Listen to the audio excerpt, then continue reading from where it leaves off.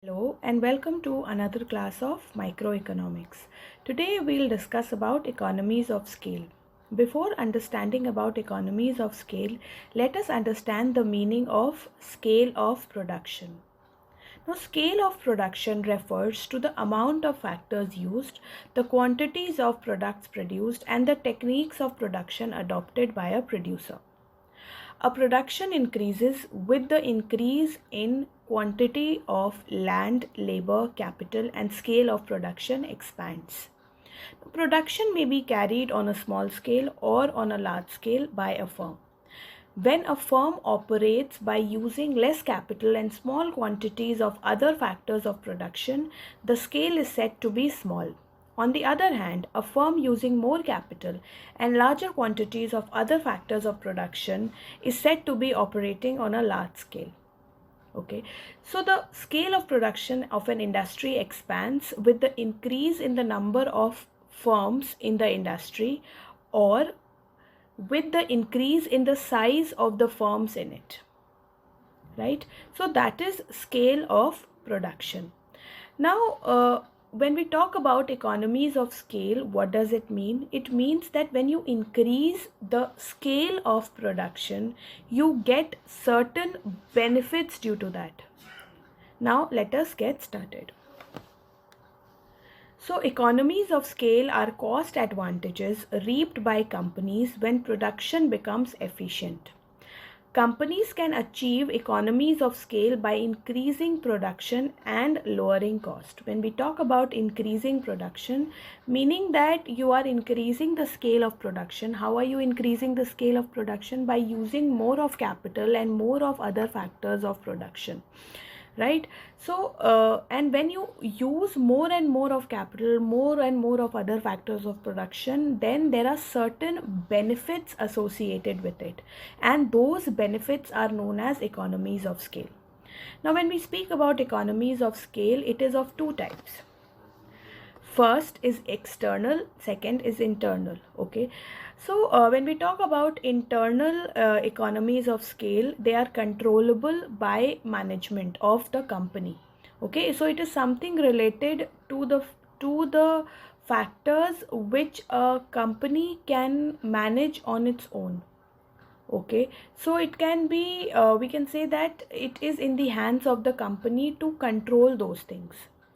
Now, when we talk about external economies, it depends upon external factors such as government policy, geographical location, industry in which the firm is. Okay, so that is basically external economies. Now, let us discuss each type, and under each type, we have various types of other economies of scale.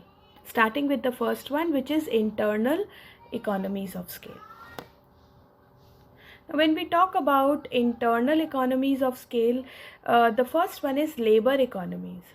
Now, when the size of the firm expands, okay, they what is expected out of that expansion is the decrease in cost of labor. Now, how is that happening? Now, when a firm is operating on a small scale, then a labor has to do a variety of jobs. Now, he might not be efficient in all the types of job he is doing, because of which the cost might be increasing.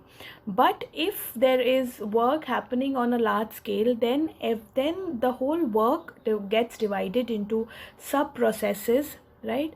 And each sub process is done by some different person who's very efficient in doing that job. So I am basically talking about specialization of labor or division of labor.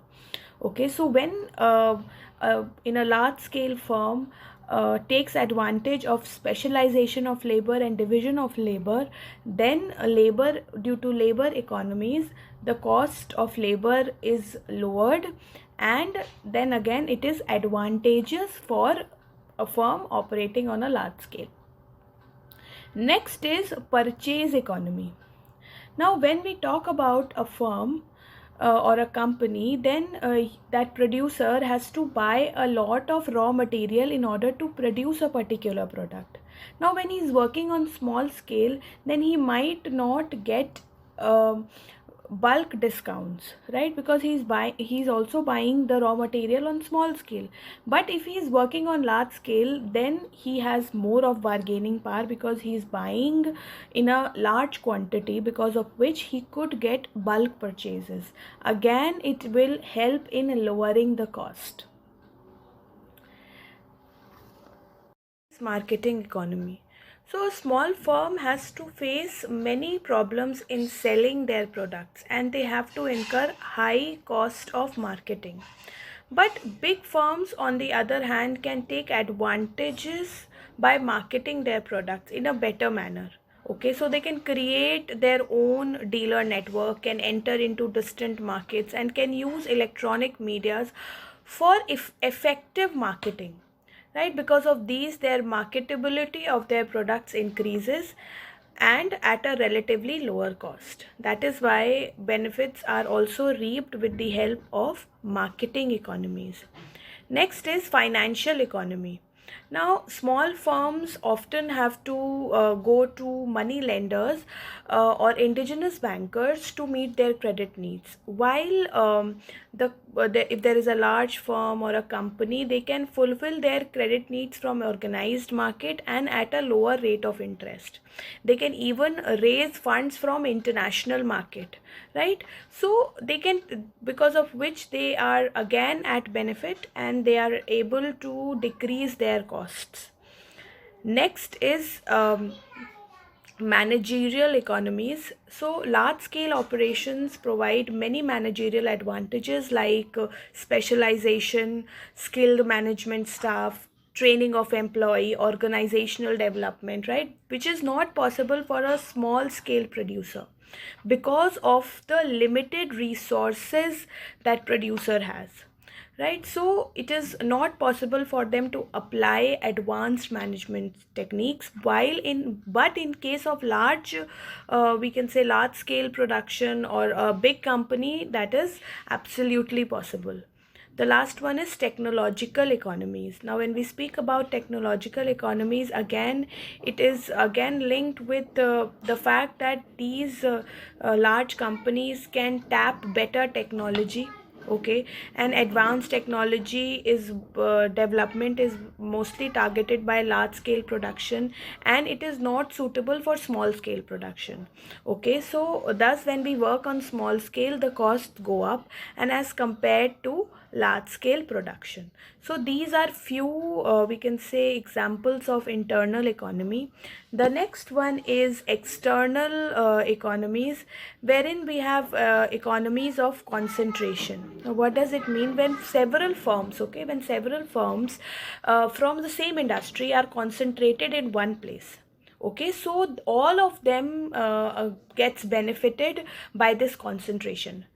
For example, skilled labor, raw material for that industry becomes easily available. Finance, banking, insurance, and other auxiliary services also become easily available and at a lower cost. Okay, if however somebody tries to set up this industry at a different place where it is not concentrated, right, then again it has to get all the facilities at a higher rate, right? For example, there is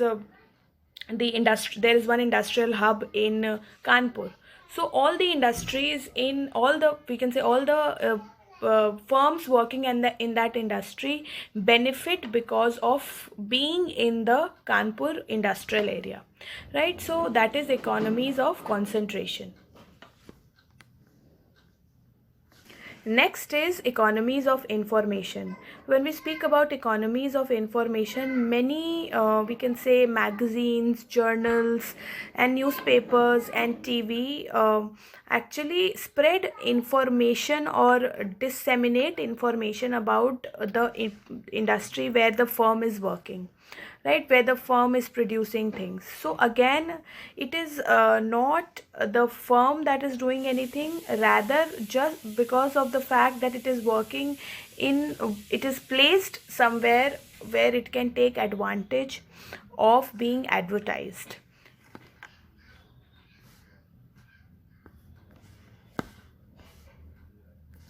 Next is economies of research and development.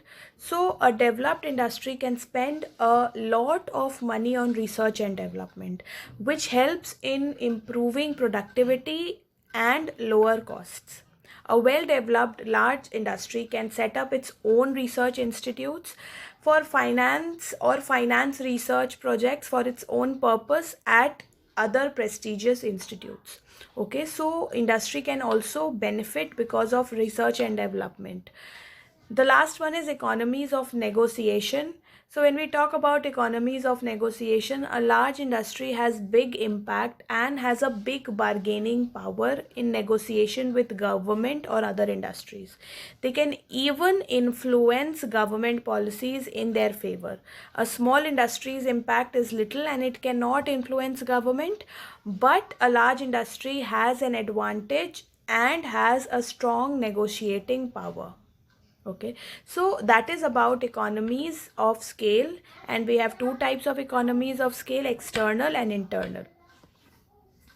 Next is diseconomies of scale. So diseconomies of scale happen when a company or a business grows so large that costs per unit increase. It takes place when economies of scale no longer function for a firm. Okay, with this principle, rather than experiencing continuous decreasing cost and increasing output, a firm sees an increase in costs and when output is increased. Now, see, there is a limit to economies of scale. A point will in the production come that the cost is increasing, okay, and it is not lowering. So there is a phase of economies of scale, and after which this economies of scale seeps in. For example, if the firms expands tremendously, okay, so the labor costs might increase. Why? Because labor might organize themselves as we can say strong trade unions and might bargain for higher wages, right? Another example could be there could be a problem in management and coordination because of the large scale, right? Similarly, if industry grows, some of the economies tend to become diseconomies. For example, concentration of industry at one place might be a problem because their trade union might become strong, and again it will create problem for industries. Okay, now government also can apply and can levy heavy taxes in on those industrial regions, right? So again, everything is not permanent, right? Economies of scale is a phase, and it does not ensure that once economy of a firm is taking benefit of economies of scale, then it will be there forever. Okay, so that is all for today. Thank you so much.